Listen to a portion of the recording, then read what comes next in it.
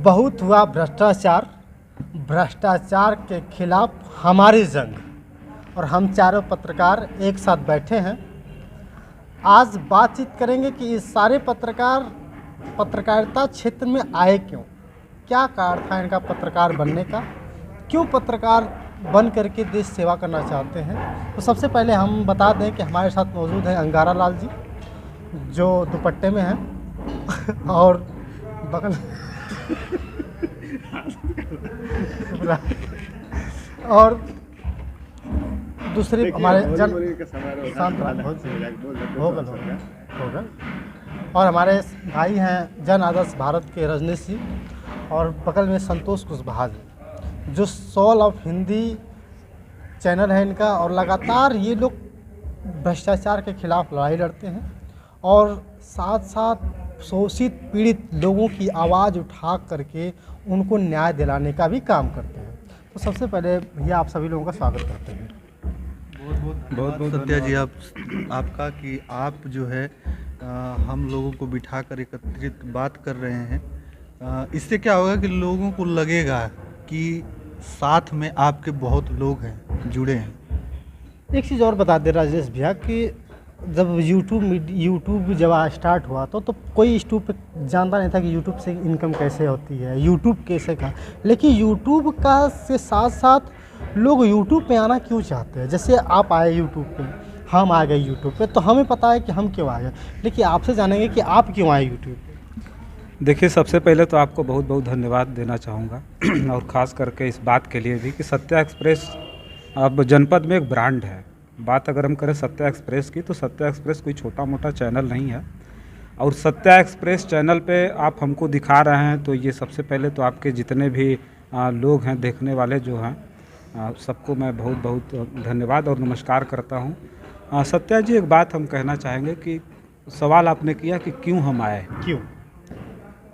देखिए, कभी यूट्यूब के क्षेत्र में, पत्रकारिता क्षेत्र में हमारी रुचि नहीं रही है, लेकिन लिखने और पढ़ने में थोड़ा सा हमारी बड़ी रुचि रही है। और ख़ास करके अगर हम अपनी बात करें तो हम राजनीति में थोड़ा सक्रियता से रहे थे, जो कि हम छात्र राजनीति में रहे। पीजी कॉलेज से हमने जो है बीए किया, एमए किया, 5 साल पीजी कॉलेज में रहे। उसके बाद जब हम पीजी कॉलेज में गए तो हमारा दुर्भाग्य था, जब हम छात्र राजनीति में गए तो उस समय बीएसपी की गवर्नमेंट थी और छात्र संघ भंग हो गया था। तो हालांकि देखिए, उसमें हमको कोई दिक्कत नहीं है। तो छात्र संघ का जो छात्र राजनीति थी वो संघर्ष में ही बीत गई। उसके बाद चुनाव आया पंचायत का, तो लोगों ने कहा कि आप चुनाव लड़ लीजिए। तो पंचायत में चुनाव लड़ा और क्षेत्र पंचायत सदस्य चुना गया। और बहुत बड़ी बात ये थी कि क्षेत्र पंचायत सदस्य चुनने के बाद मैं क्षेत्र पंचायत संघ का अध्यक्ष भी रहा 5 साल। उसके बाद ग्राम प्रधान का भी मैं चुनाव लड़ा, पिछली बार जिला पंचायत का भी चुनाव लड़ा, और दुर्भाग्य रहा कि मैं चुनाव नहीं जीत पाया। लेकिन जो सबसे बड़ी एक्टिविटी हमारी थी, देखिए, हम अपनी अगर बात करें तो हम बाबा साहब अम्बेडकर को मानने वाले हैं। बाबा साहब अम्बेडकर को फॉलो करते हैं, मान्यवर कांशीराम साहब को फॉलो करते हैं, और उसमें कोई हमारा राजनीतिक वो नहीं है। बाबा साहब अम्बेडकर ने हमको संविधान दिया, अधिकार दिया, और आज जो अभिव्यक्ति की आज़ादी की बात करें, आज हम बैठ कर के मैं आपके साथ बात कर रहा हूँ ना, तो वो एक देन है बाबा साहब अम्बेडकर की। क्योंकि देखिए, बाबा साहब अम्बेडकर का जो संघर्ष था, थोड़ा सा हम दूसरी तरफ जा रहे हैं, लेकिन बाबा साहब का जो संघर्ष था उस चीज़ को हम भुला नहीं सकते। हमको पानी पीने का अधिकार नहीं था साहब, लेकिन बाबा साहब अम्बेडकर ने हमको पानी पीने का अधिकार दिला, और सारे अधिकार तो बहुत बड़ी चीज़ें हैं, लेकिन बाबा साहब ने जो हमारे लिए किया तो उनको हमने पढ़ा। और बाबा साहब की उस बात को हम नहीं भूल सकते। बाबा साहब अम्बेडकर ने हमारे लिए कहा था, हमारे बच्चों के लिए, हमारी पीढ़ियों के लिए कहा था कि शिक्षित बनो, संगठित बनो और संघर्ष करो। तो सत्या जी, हम शिक्षा के क्षेत्र में हम बात करना, सबसे ज़्यादा काम करना चाह रहे थे शिक्षा के क्षेत्र में। क्योंकि बात अगर हम करें भारत की, तो चूँकि हम लोग उस समाज से आते हैं, जो हमारा समाज, जो हमारे पूर्वज थे, बहुत ज़्यादा पढ़े लिखे लोग नहीं थे। लेकिन हमारे लिए बाबा साहब अम्बेडकर ने, अगर बाबा साहब अम्बेडकर चाहते तो एक बार केवल आदेश करते ना, केवल एक बार कहते, अंग्रेज सरकार में उनकी चलती थी, प्लस उनका जो रुतबा था, जो रौब था, पढ़े लिखे थे, विदेश से डिग्रियां लेकर के आए थे, एक बार केवल कहते हैं ना कि हम चाहते हैं कि देश भर में गौतम बुद्ध की मूर्ति लग जाए, तो पूरे देश भर में गौतम बुद्ध की मूर्ति लग जाती है। लेकिन बाबा साहब अम्बेडकर ने ये नहीं कहा। बाबा साहब ने कहा कि जो मैं पत्रिकाएं निकाल रहा हूँ, जो मैं किताबें लिख रहा हूँ, उसको पूरी तरह से प्रसारित और प्रचारित की जाए, हमारे लोगों के बीच में वो किताबें जाए। बाबा साहब ने कहा शिक्षित बनो, संगठित बनो और संघर्ष करो। बाबा साहब ने मूर्तियाँ नहीं लगवाई, लेकिन बाबा साहब ने वो प्रयास किया और देश भर में प्राथमिक विद्यालय बन गए। जानते हैं प्राथमिक विद्यालय आज गांव-गांव में, कई गांव में चले जाएंगे तो 2-2, 4-4 विद्यालय प्राथमिक। यही सबसे बड़ी चीज़ें थी। बाबा साहब अम्बेडकर ने कहा कि नहीं, पूरे देश भर में विद्यालय बन जाओ, और विद्यालय तो बना। चूँकि लंबा नहीं ना लग रहा आपको? ठीक ठीक। बाबा साहब अम्बेडकर की वजह से, देखिए जो तथ्य है उस चीज़ की बात मैं कर रहा हूँ। बाबा साहब अम्बेडकर की बदौलत देश भर में प्राथमिक विद्यालय तो बन गए, लेकिन कहीं न कहीं जो सामंतवादी विचारधाराएं थीं, जो सामंतवादी सोच, पूंजीवादी सोच के लोग थे, उन्होंने उसको पनपने नहीं दिया साहब। अगर प्राइवेट विद्यालय की बात करें, इंग्लिश मीडियम की बात करें, तो 10,000 20,000 में पढ़ाने वाला व्यक्ति एक प्राइवेट स्कूल में 3,000 4,000 पे नौकरी करने वाला एक शिक्षक काफ़ी बेहतर शिक्षा दे रहा है प्राथमिक विद्यालय से। लेकिन 50,000 से लेकर 80,000 1 लाख तक पाने वाला टीचर कहीं ना कहीं उस भारत की जो परिषदीय शिक्षा उसको बर्बाद करके रखा है। ये एक्शन हमारा इसलिए था कि हमने जब मैं जिला पंचायत का चुनाव लड़ रहा था, आप देखिएगा जो पुरानी वीडियो होगी, एक आध वीडियो हमारे यूट्यूब चैनल पे हो सकता मिल जाए, नहीं तो है नहीं। वो वीडियो में हम जहाँ भी जाते थे, जब हम प्रचार करते थे तो प्रचार ऐसा नहीं था कि फार्चूनर लेके घूम रहे थे, बड़ी बड़ी गाड़ियाँ। चूँकि हम बड़े व्यक्ति नहीं, हम बहुत पैसे वाले नहीं हैं, लेकिन मैं गया जिस गांव में, तो गांव में हमने कहा कि देखो भाई, जब हम चुनाव जीतेंगे ना, तो हम आपके लिए नाली, खड़ंजा और रोड नहीं बनवाएंगे। हमने साफ कहा था, जब हम चुनाव जीतेंगे तो सबसे पहला जो हमारा काम होगा, हमारे क्षेत्र में जितने प्राथमिक विद्यालय आ रहे हैं ना, उस विद्यालय की शिक्षा व्यवस्था को सबसे मजबूत करके दिखाएंगे। वो हमारा काम था। हमने, आप किसी से पूछेंगे हमारे क्षेत्र में, देवकली तृतीय से मैं चुनाव लड़ा था जिला पंचायत, सारे गांव में हमने यही कहा था कि जो हमारे बच्चे हैं जो जाते हैं पढ़ने के लिए, उनको बेहतर शिक्षा के लिए प्राथमिक विद्यालय की जो व्यवस्था है उसको बदल करके रख देंगे 5 साल में। ये सबसे बड़ा हमारा काम होगा। लेकिन दुर्भाग्य था कि मैं चुनाव नहीं जीत पाया। सबसे पहले तो ग्राम प्रधानी चुनाव लड़ा, मैं हारा। ग्राम पंचायत को बड़े ऊपर स्तर तक ले जाना चाहता था। लेकिन साहब एक बात कहें ना, तो जो लोकतंत्र है देश का, कहीं ना कहीं खतरे में इस बात के लिए है कि हम जिम्मेदार हैं उसके लिए। हम सही कैंडिडेट्स का चुनाव नहीं करते, हम भौकाल देखते हैं, और राजनीति आज की भौकाल की राजनीति है, समझ रहे हैं? तो वो चीज़ हम कर नहीं पाए। और हमने देखा, चूँकि बहुत सारे लोग लड़ रहे थे चुनाव, जो काफ़ी ज़बरदस्त तरीके से, हम उस बात पे नहीं जाना चाहेंगे कि पैसा बटा, मुर्गा बटा, दारू बटा, लेकिन लोगों का सहयोग मुझे बहुत मिला। आज भी उस क्षेत्र के लोग मुझे फ़ोन करते हैं कि भैया बाबा साहब की जयंती है, तो सरस्वती पूजा है, तो मानवर कांसी राम साहब की जयंती, आप आइए। तो बिल्कुल मैं जाता हूँ और प्रयास करूँगा, मैं हमेशा जाऊँगा। हालांकि मेरा वो मकसद नहीं, मेरा स्वार्थ नहीं होगा कि मैं चुनाव लड़ूंगा, क्योंकि वहाँ से हमने देखा कि मुझे सफलता नहीं मिल रही है, उम्र बढ़ती जा रही है, मैं काम उस पर नहीं कर पाऊँगा। तो मुझे एक और ऐसा क्षेत्र चाहिए था जहाँ से मैं काम कर सकूं उनके लिए, जो शिक्षा के लिए। और मैं पत्रकारिता जब शुरू हमने किया ना, तो सबसे ज़्यादा हमने प्राथमिक विद्यालय का विजिट किया। और जितने यूट्यूबर हैं, जो लोग यूट्यूब चला रहे हैं, मैं सबको तो नहीं बोल पाऊंगा, लेकिन जो लोग यूट्यूब चला रहे हैं, मत यूट्यूब चलाइए, कोई दिक्कत नहीं। जिनके पास एंड्रॉयड फ़ोन है, जो गरीब परिवार से लोग, गरीब जो तंग गलियों में जो अपना जीवन गुजर बसर कर रहे हैं, जहां आज भी सुख सुविधाओं का एकदम अभाव है, लेकिन वहां प्राथमिक विद्यालय ज़रूर मिलेगा। मैं आपसे कहूंगा कि अगर ऐसी व्यवस्था, सबसे पहले आपको शिक्षा पर ध्यान देना पड़ेगा। क्योंकि मैं जब जाता हूं ना, बाबा साहब की जयंती होती है, तो हमारे समाज के जो नौजवान हैं ना, वो नारा लगाते हैं कि बाबा साहब का मिशन अधूरा और हम सब मिलकर करेंगे पूरा। लेकिन उसमें 80% लोग ऐसे हैं जो अच्छी व्यवस्था, शिक्षा व्यवस्था की तरफ ध्यान नहीं देते हैं। बहुत सारे लोग हैं जो शिक्षा पर अपने बच्चों का फोकस नहीं कर पाते हैं। उनके लिए कहना चाहूँगा कि बाबा साहब को देखिए, मानना बहुत बड़ी बात नहीं है, बाबा साहब की मानना बहुत बड़ी बात है। अम्बेडकर को मानना बड़ी बात नहीं है, अम्बेडकर की मानना बहुत बड़ी बात है। तो उनको फॉलो करिए। तो शिक्षा को सबसे पहले आपको आगे लाना पड़ेगा। और जो आज हम कर रहे हैं ना, हमारा मकसद, सत्या जी, आपके चैनल पर सबसे पहले मैं बहुत आपका आभारी हूं कि आप मुझसे ये बात पूछ लिए। ये बात आप पूछे तो सबसे पहले, हालांकि मैं बहुत बड़ा चैनल नहीं हूं, मैं बहुत बड़ा पत्रकार नहीं हूं, लेकिन ये बात ज़रूर कहना चाहूँगा कि जो बाबा साहब अम्बेडकर का सिद्धांत था ना, वो लागू होके रहेगा। और हम जैसे लोग हैं ना, लोग कहते हैं कि संविधान खतरे में, लोकतंत्र खतरे में है, हम लोग उस लोकतंत्र और संविधान को बचाने के लिए अपनी आखिरी सांस लगा देंगे, अपनी जान दे देंगे, लेकिन कभी संविधान को मिटने नहीं दिया जाएगा। और जो हमारा मुख्य मकसद था कि जो शिक्षा व्यवस्था थी, जो खराब हो रही थी ना, उसको देखिएगा सुदृढ़ किया जाएगा। और आने वाले समय में जो अभियान हमारे होंगे ना, वो शिक्षा पर ही होंगे, कोई माई का लाल रोक नहीं पाएगा। इसीलिए आप यूट्यूब पे आए कि कम से कम लोगों को बताया जा सके यूट्यूब के माध्यम से कि यहाँ की व्यवस्था खराब है। जी जी, बिल्कुल बिल्कुल। एक चीज़ और है कि जब देखा जाता है, जब सॉल ऑफ हिंदी स्टार्ट हुई थी, संतोष भाई थे हमारे साथ हैं। आपने बहुत क्षेत्र में काम किया, अलग अलग जगहों पे जा कर के लोगों की वीडियो बनाई।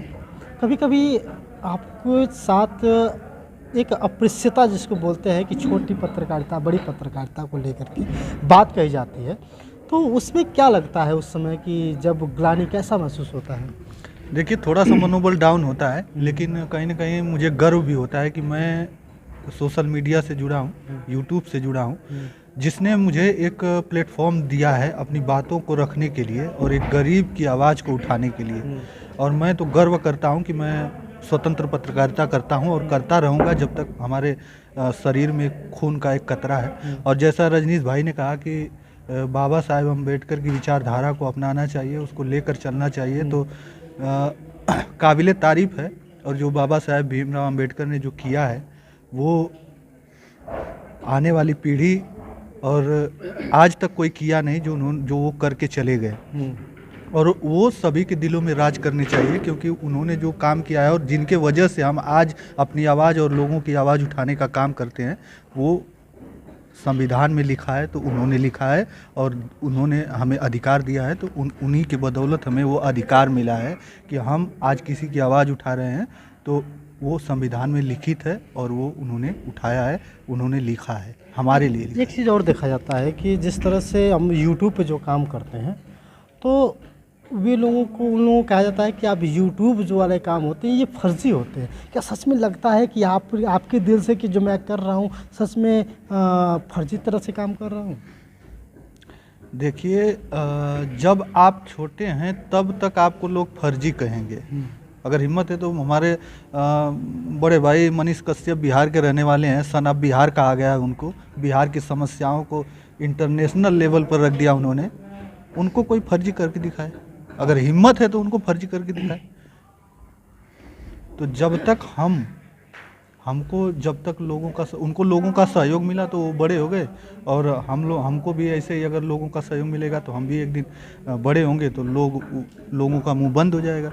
तो सबसे बड़ी बात है कि जनता जो अगर जिसके साथ है तो उसका कोई बिगाड़ नहीं सकता है, और हम हमेशा ही लोगों की आवाज़ों को, दबी कुचली आवाज़ों को उठाने का काम करेंगे और ऐसे ही दिखाते रहेंगे। जिनको कहना है जो कुछ भी, हमको कोई फ़र्क नहीं पड़ता है। एक कहावत कही जाती है कि पहले पेड़ लगाओ, फल की चिंता मत करो, क्योंकि जब पेड़ लग जाएगा, पानी देना शुरू हो जाएगा, धीरे जब लंबा हो जाएगा तो छांव लेना सभी शुरू कर देते हैं। फिर कहा जाता है कि जो छोटा पेड़ होता है पहले पौधा कहा जाता है, धीरे धीरे वो विशाल काय में बदल जाता है, इसके बाद वो बहुत विशाल पेड़ कहा जा सकता है।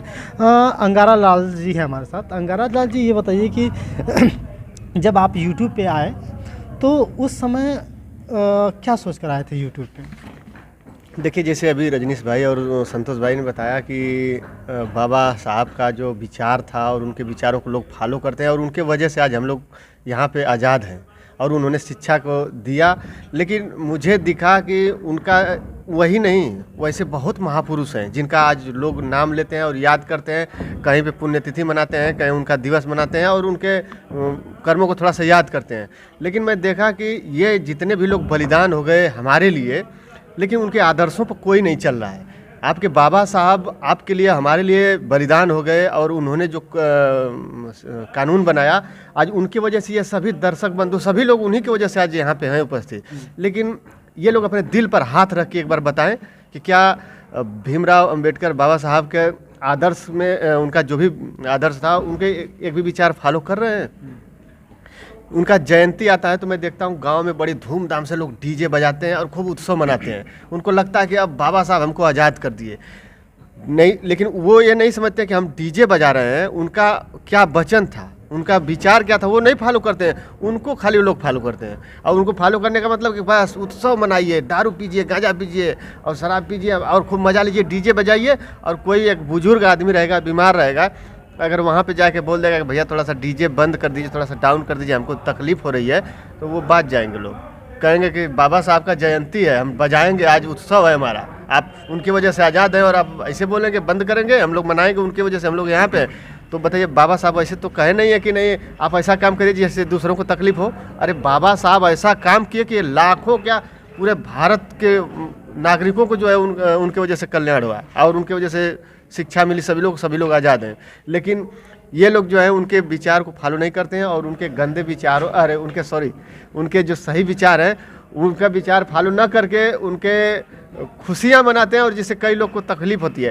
तो अब मैं वो देखा कि बहुत ऐसे समाज में बुराई है और अच्छाई भी है, तो अगर हम उनको जाके डायरेक्ट सामने कहेंगे तो उनको अच्छा नहीं लगेगा, वो उतावले हो जाएंगे, हमारे प्रति खिलाफ हो जाएंगे। और हम जो है जाति के कुम्हार हैं, बता रहा हूँ, प्रजापति हैं। तो जब घड़ा सुंदर बनता है ना, तो घड़ा जब बनाया जाता है शुरुआत में तो लोग कहते हैं अरे ये तो मटिया खपसत हुआ, ऐसे करते हैं। लेकिन हमको पता है कि सुंदर घड़ा बनाने के लिए कितनी मेहनत करना पड़ता है।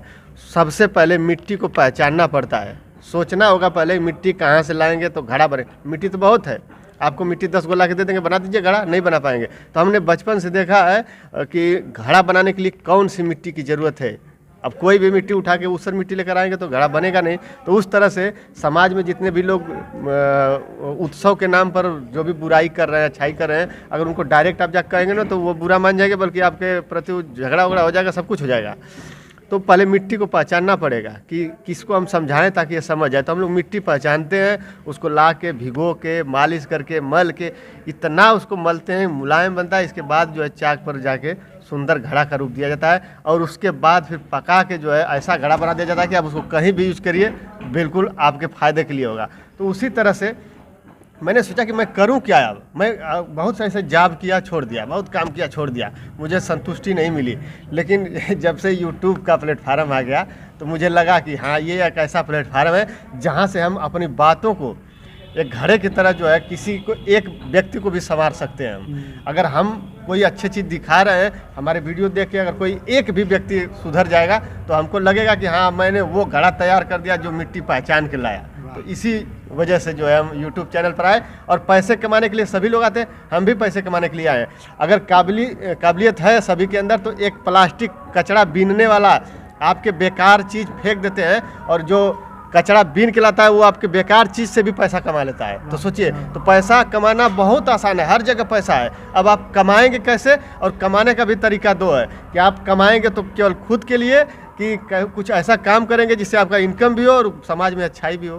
तो इस वजह से हम जिस तरह से YouTube पे लोग आए, YouTube पे आने का सबका अलग अलग उद्देश्य है। खास करके मैं भी बताना चाहूँगा कि YouTube पे आने का मकसद सिर्फ इतना ही नहीं कि बाबा साहब के उपकार क्या थे। जब हम भैया जब हम लोग क्षेत्र में निकलते हैं तो देखा जाता है कि शोषित पीड़ितों की आवाज़ दबा दी जाती है। उनका आवाज़ उठाने के लिए जब उठाई बात जाती है तो लोग पैसा लेकर के दबा देते हैं, भैया तुम्हारी आवाज़ नहीं फैलेगी। तो हम लोगों ने शुरुआत किया कि यार कम से कम क्या किया जाए कि फ्री में किया जाए, स्वतंत्र होकर किया जाए। इसके बाद यूट्यूब पे आए और यूट्यूब पे काम करने लगे। सबसे एक दूसरा सवाल आता है कि यूट्यूब पैसा देता है कि नहीं देता है। लोग कहते हैं ना कि क्या यूट्यूब पैसा देता है कि नहीं देता, ये सबसे बड़ा सवाल होता है किस तरह से लेकर के। तो क्या सच में यूट्यूब पैसा देता है? जी ज़रूर देता है, क्योंकि आज तक मैंने किसी से पैसा लिया नहीं है और शायद लूँगा भी नहीं किसी से। और जितना भी पैसा उसने दिया है उसी से मैं अपना खर्च चलाता हूँ, आने जाने का खर्च भी उसी से निकालता हूँ। किसी से 1 रुपये लेने की ज़रूरत मुझे नहीं है और जिस दिन लेना पड़ जाएगा उस दिन मैं काम छोड़ दूँगा। अरे वाह। और सबसे बड़ी बात है, एक बात आपको बोलना चाहूँगा कि जब मुझे रोका गया था शहीद के सम्मान में, जब मैं गया था वीडियो बना रहा था, उस समय रोका गया शहीद की परिवारों की आवाज़ उठाने के लिए। तो मैं उन लोगों से कहना चाहूँगा, एक अपील है मेरी कि एक दिन की भीड़ का मोहताज नहीं है एक शहीद का सम्मान। वाह क्या बात है। क्योंकि आप एक दिन भीड़ लगा देते हैं, धरना दे देते हैं कि इस शहीद को सम्मान मिलना चाहिए, सम्मान के साथ उसका जो अंतिम संस्कार होना चाहिए। लेकिन क्या उसके परिवार के साथ जब कुछ होता है तो आप कभी देखने के लिए जाते हैं? नहीं जाते हैं। उसके परिवार कैसे जीता है, कैसे रहता है। एक शहीद तो अपने देश के लिए शहीद हो गया, कुर्बान हो गया, लेकिन उसके परिवार के साथ क्या होता है। तो एक देश के जो शहीद का परिवार पूरे जो भारत का परिवार है, तो उनके परिवारों के साथ भी आप खड़ा होने का काम करिए। यह नहीं कि आज उसके शहीद में हम शहीद के सम्मान में हम नहीं मिलेगा तो धरना दे दिए, ये कर दिए, वो कर दिए, तोड़ फोड़ मचा देते हैं, लेकिन उसके बाद उसके परिवार के साथ क्या मिलता है, उसे वो किस कठिनाइयों से गुजरता है, वो चीज़ें क्यों नहीं। अभी कई जगहों पे ऐसा सुनने में आ रहा है कि जो सरकार के द्वारा मान्यता उसको मिली है कि नहीं ये चीज़ें मिलनी चाहिए, वो भी उसको नहीं मिला है। तो क्यों नहीं आप जाते हैं, उसको उसकी आवाज़ उठाते हैं। एक शहीद की बात मैं करूं तो उसका परिवार ख़त्म हो गया पूरा, उसको सम्मान नहीं मिला, तो आप क्यों नहीं गए उसके यहाँ। और जब कोई पत्रकारिता वहाँ पे जब किसी की आवाज़ उठाने जाता है, यूट्यूबर ही सही उठाने जाता है, तो आप उसको मना कर देते। और मैं वहाँ पे भी जाऊँगा और सभी से मैं निवेदन करूँगा कि वहाँ पे चलिए, उसके घर पे जो सम्मान और जो आज भी उसका परिवार उस सम्मान के लिए आज भी तड़प रहा है, और पेपर में लिखा हुआ है सब कुछ कि ये चीज़ होना चाहिए, ये चीज़ बनना चाहिए, लेकिन बनी नहीं। क्यों नहीं बनी? उसके लिए कौन आवाज़ उठाएगा? मेहनत करता है तो सिर्फ एक यूट्यूबर, अगर यूट्यूब पर जो जितने सारे लोग काम करते हैं, मैं उनसे अपील करना चाहता हूँ कि आप यूट्यूब पे आइए, निसंकोच खुल के आइए, क्योंकि आपकी वीडियो जो भी देखेगा तो आपको इनकम आएगी। और भ्रष्टाचार के खिलाफ लड़ाई लड़िए। अगर भ्रष्टाचार की सच में अगर लड़ाई लड़ी है तो किस तरह से लड़ाई लड़िए? देखिए सत्या जी, जब जैसे आप कह रहे हैं कि लोगों को कह रहे हैं कि आप यूट्यूब पे आइए, तो हम एक चीज़ बताना चाहते हैं आप लोगों को, ये सच है कि आप यूट्यूब पर आइए, लेकिन जब यूट्यूब पर आप आएंगे ना, तो और लोग जो हैं जो उस लीग से हट करके काम कर रहे हैं, वो ज़रूर आपको इस बात के लिए आप डीमोटिवेट करें। कुछ कर नहीं पाएंगे, लेकिन डीमोटिवेट करेंगे कि अरे यार यूट्यूब पे काम कर रहे हो, आपके पास कोई आईडी नहीं है, कोई पत्रकार आप नहीं हो, आप फंस जाओगे। एक बात हम बता दें आपको, पहले भी हमने बताया और अब भी बता दें कि ये काम बिल्कुल बुरा नहीं है। आप डट करके किसी से भी सवाल पूछ सकते हैं। जानते हैं इस देश में क्या है, हम जब तक अपने कर्तव्यों को, जो हमारा हक है, जो अधिकार है, अगर जब तक हम उस अधिकार को नहीं जानेंगे, संविधान को हम नहीं जानेंगे, तो हम कुछ नहीं कर पाएंगे। जैसे क्या होता क्या है कि हम अगर ट्रेन में बैठते हैं ना, ट्रेन में बैठते हैं टिकट लेकर के, और कहीं मजिस्ट्रेट चेक इन आ जाए, टीटी आ जाए ना, तो टीटी को देख करके गाँव का व्यक्ति घबरा जाता है। टिकट उसके पैकेट में है, लेकिन घबरा जाता है कहीं ये टीटी पकड़ करके बंद तो नहीं कर देगा। लेकिन उसके उलट हम ये बात नहीं समझ पाते हैं कि जिस ट्रेन में आप सफ़र कर रहे हैं ना, वो ट्रेन किसी के बाप की नहीं है साहब। अगर आप टैक्स ना देना, जो टैक्स लगता है हर एक चीज़ पर आप टैक्स देते हैं, अगर आप टैक्स न देना तो किसी की औकात नहीं है कि उसके जो है ट्रेन का जो चक्का है ना उसको हिला दे। वो ट्रेन आपकी है, जिस ट्रेन में आप सफ़र कर रहे हैं ना, वो ट्रेन आपकी है, उस ट्रेन के आप मालिक हैं, तो आपको घबराने की आवश्यकता नहीं है।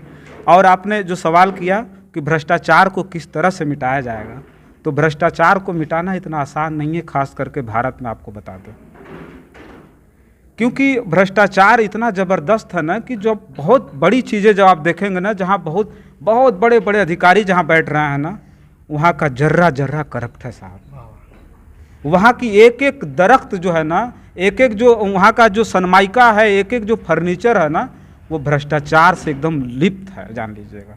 और उसको हटाना इतना आसान नहीं है। और भ्रष्टाचार से लिप्त होना मतलब, भ्रष्टाचार होना मतलब कहीं ना कहीं जो गरीब गुरबा है, जो दबे कुचले लोग हैं, पूरा का पूरा भार उन्हीं पर आता है।